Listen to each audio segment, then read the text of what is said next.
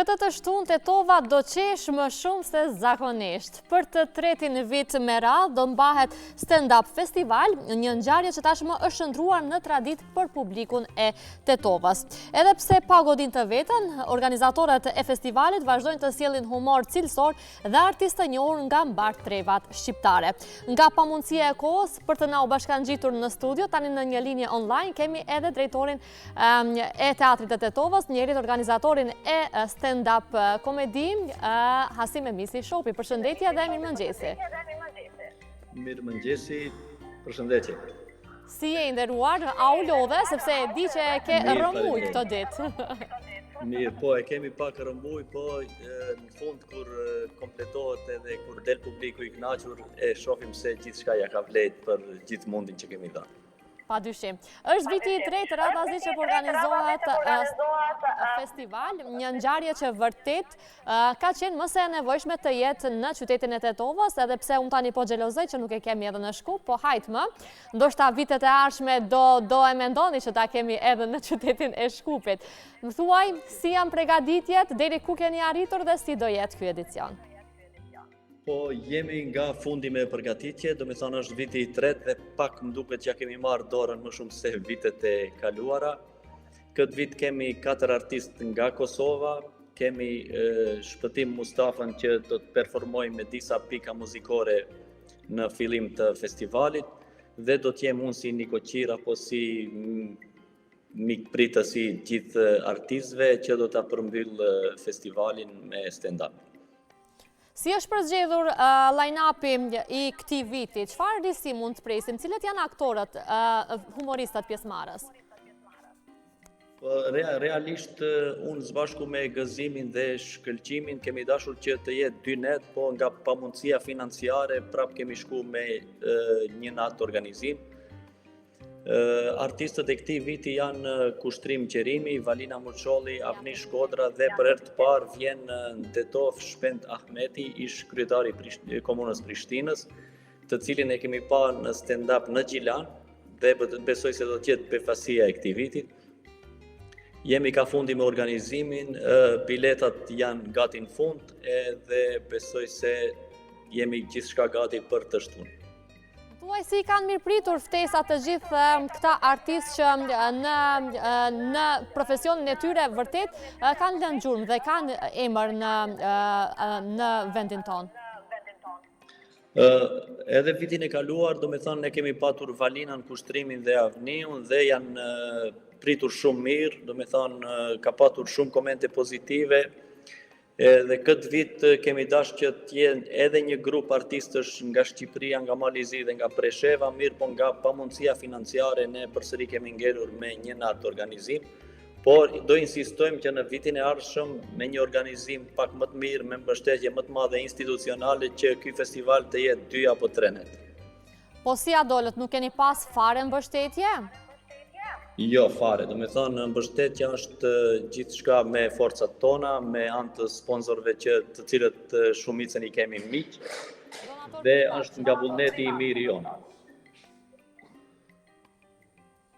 Për fat të keq, sepse vërtet është më se e nevojshme që të jetë ky festival tradicional tani më, edhe pse ju me mundin tuaj është i treti vit që po organizohet dhe unë mendoj që kur është ky festival, por dhe jo vetëm, në Tetovë ka edhe organizime tjera, duhet të përkrahen, sepse të paktën në festivalet të tilla Tetova frymon ndryshe, duke qeshur gjithmonë dhe duke e harruar ndoshta atë stresin që na kaplon gjatë gjithë ditës, dhe në fund të ditës të shkojmë me një vend ku do kemi të qeshur atë pafundme. Fatkeqësisht nuk e vlerësojnë pjesa që duhet ta vlerësojnë këtë punë, të cilët i kanë mjetet dhe i kanë mundësitë për të mbështetur festivalin. Sidoqoftë ne do të vazhdojmë me përgatitjet, do të vazhdojmë edhe në vitin e ardhshëm pavarësisht mbështetjes e kemi apo nuk e kemi mbështetjen institucionale.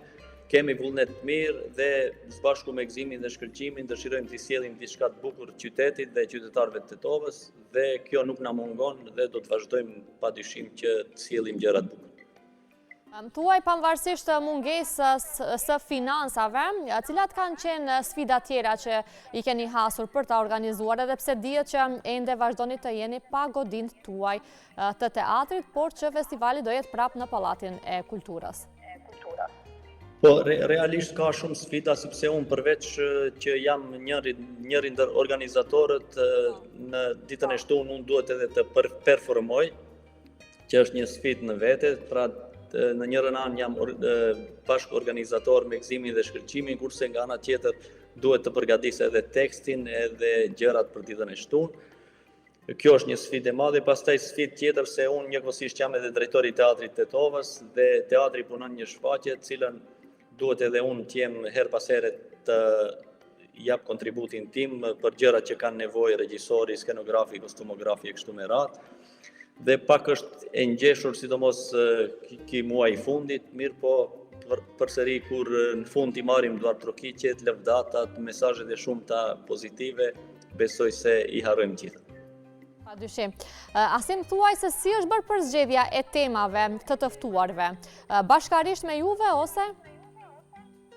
Jo, secili e ka temën e vet dhe te kjo pjesë ne nuk përzihemi, unë shumicën i kam parë edhe në vende tjera, edhe e di se fatkeqësisht e ceka edhe më herët, kemi edhe shumë stand-up komedian tjerë shumë të mirë, po të cilët nuk mund t'i përfshim në një natë.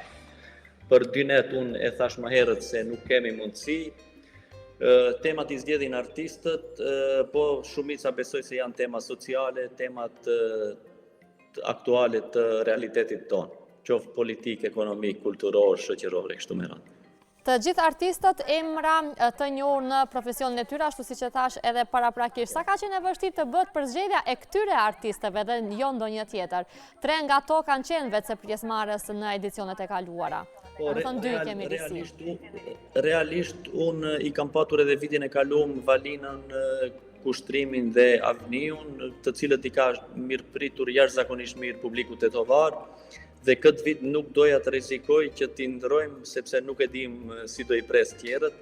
Prandaj e kemi shtuar te ekipi vetëm edhe Shpendin, cilin e kam parë vetë në Gjilan në performancën e tij shumë të mirë, edhe besoj se shtunën do të na presin si vitin e kaluar. Biletat si do jenë? Urdhna? Biletat, ka ndonjë numër ku do të bëhet rezervimi i biletave ose? Po, është një numër që ne kemi postuar në rrjetet sociale, gjithandej edhe në numrin e telefonit mund të rezervohen biletat, pastaj personi i kontaktit ju tregon se ku do i marrin fizikisht biletat. Janë nga fundi dhe duhet njerëzit shpejtojnë ndoshta nesër edhe pas nesër që t'i marrin biletat e fundit.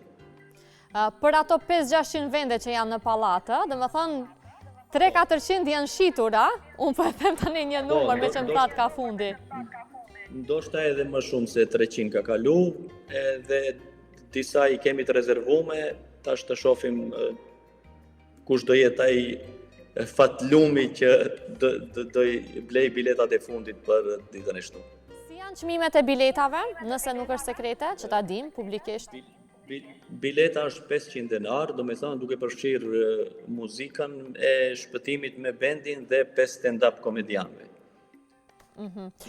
Urojmë që... Më poshtë nuk kemi mundur të shkojmë, sepse është dashur pastaj që ne t'japim parë nga xhepi që t'i mbulojmë harxhimet tonë. Padyshim, e cekët shumë mirë edhe në fillim që po e bëni me gjithë mundin tuaj, pa asnjë mbështetje financiare institucionale, që për fat të keq duhet të mos ekzistojë kjo gjë, jo vetëm për stand-upin, por edhe për shumë ngjarje tjera kulturore, që në vazhdimsi të gjithë artistët jeni duke u ankuar dhe plotësisht keni të drejtën tuaj, kuptohet sepse po bëni mundin tuaj për publikun mbi gjitha, për të sjellë më të mirën për publikun. Po mjafton ata të vinë të shohin performancën e artistëve dhe pastaj ta vlerësojnë vetë, a ja ka vlerë, na mbështesin apo jo. Ti me çfarë teme do na prezantohesh? Do na zbulosh ose do jetë sekrete? Unë mund ta zbuloj vetëm temën, pastaj kam përgatitur një temë që ka të bëjë me bukën, do të thënë shqiptarët si janë të lidhur me bukën dhe gjithçka e lidhin me bukën. Do me thonë edhe krahasimet i kemi me... Edhe krahasimet i kemi me buk, edhe lëvdatat i kemi me buk, edhe sharjet ndoshta kur don dikush të ofendoj, thot s'ka buk prej teje. Edhe në këtë konotacion do me thënë e kam gjithë stand-up komedinë për këtë vit. Pas ka me vezë më duket. Asim mund të falemnderoj jashtëzakonisht shumë që u bëre pjesë e ritmit, edhe pse në një linje online, por ishte e nevojshme të dëgjojmë këto informacione. Në pamundësi që t'ju kemi në studio, unë e di ju kuptoj që jeni shumë i zënë, por do shihemi të shtunën dhe do qeshëm së bashku. Po, ju presim të shtunën, mirashshi, edhe besoj se nuk do të pendoheni që keni ardhur, sepse besoj se do ta mbani mend gjatë eventin e ditës shtunë. Dhe jo vetëm ne, po të gjithë që do jenë të pranishëm. Të gjithë, po, patjetër. Shumë faleminderit, ditë mbar dhe kënaqësi. Faleminderit juve, ditë mbar, suksese. Faleminderit. Të dashur miq, ishte edhe kjo biseda e dytë online me Hasim Memishi Sopin, drejtorin e teatrit të Tetovës, njëkohësisht organizatorin e festivalit stand-up, i cili do mbahet ditën e shtunë në Pallatin e Kulturës në Tetovë, dhe edhe unë po e bëj thirrjen publikisht për gjithë juve që ende nuk keni bërë rezervimin e biletës suaj, mund të kontaktoni në rrjetet sociale, në profilet e tyre dhe të bëni rezervimin e biletës dhe të qeshni pafundësisht ditën e shtunë në Tetovë.